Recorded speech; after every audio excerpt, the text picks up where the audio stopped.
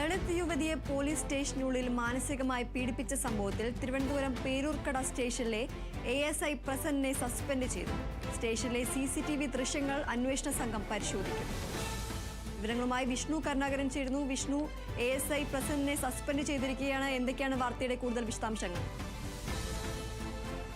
ദിതി, ഇപ്പോൾ നടപടി എടുത്ത സാഹചര്യമാണ് ഉണ്ടായിരിക്കുന്നത്. ASI പ്രസന്നനെ സസ്പെൻഡ് ചെയ്തുള്ള തീരുമാനമായിട്ടുണ്ട്.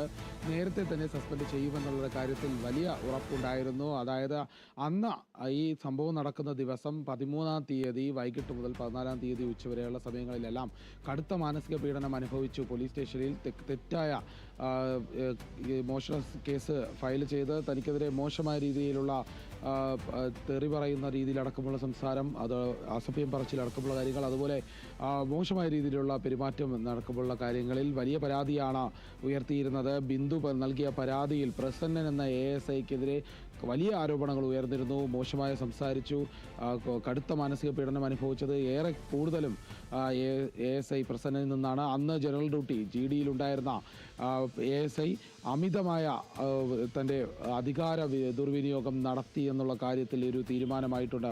അക്കാര്യം സ്ഥിരീകരിച്ചതോടെയാണ് സസ്പെൻഷൻ നടപടിയിലേക്ക് കടന്നത്. ഏതായാലും ഒപ്പമുള്ള മറ്റ് പോലീസുകാർക്കെതിരെയും നടപടിയെടുക്കാനുള്ള സാധ്യത വളരെ കൂടുതലാണ്. പോലീസ് സ്റ്റേഷനിലെ CCTV ദൃശ്യങ്ങൾ പരിശോധിച്ച ശേഷം അത് കൃത്യമായ തെളിവുകൾ ശേഖരിച്ചതിന് ശേഷമായിരിക്കും അന്വേഷണ സംഘം ഇതിനൊരു നടപടിയെടുക്കുന്നത്.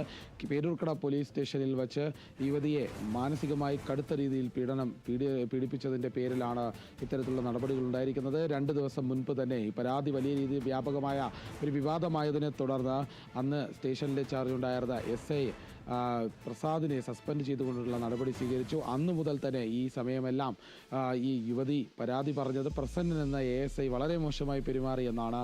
ആ ഒരു പെരുമാറ്റത്തിനെ കുറിച്ച് CCTV ദൃശ്യങ്ങളടക്കം പരിശോധിച്ച് വരികയാണ്. കൂടുതൽ തെളിവുകളുണ്ട്. ഏതായാലും പോലീസിനെതിരെ തന്നെ ഈ പറയുന്ന കാര്യങ്ങളെല്ലാം വസ്തുതയുള്ളതാണ് എന്ന് മനസ്സിലാക്കിയതിനെ തുടർന്നാണ് അന്വേഷണത്തിൽ ഇക്കാര്യം ബോധ്യപ്പെട്ടത്. അതിനുശേഷമാണ് ഈ സസ്പെൻഷൻ നടപടി ഉണ്ടായിരിക്കുന്നത്.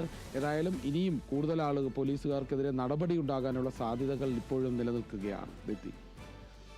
ശരി, വിഷ്ണു കരുണാകരനാണ് വിശദാംശങ്ങൾ നൽകിയത്.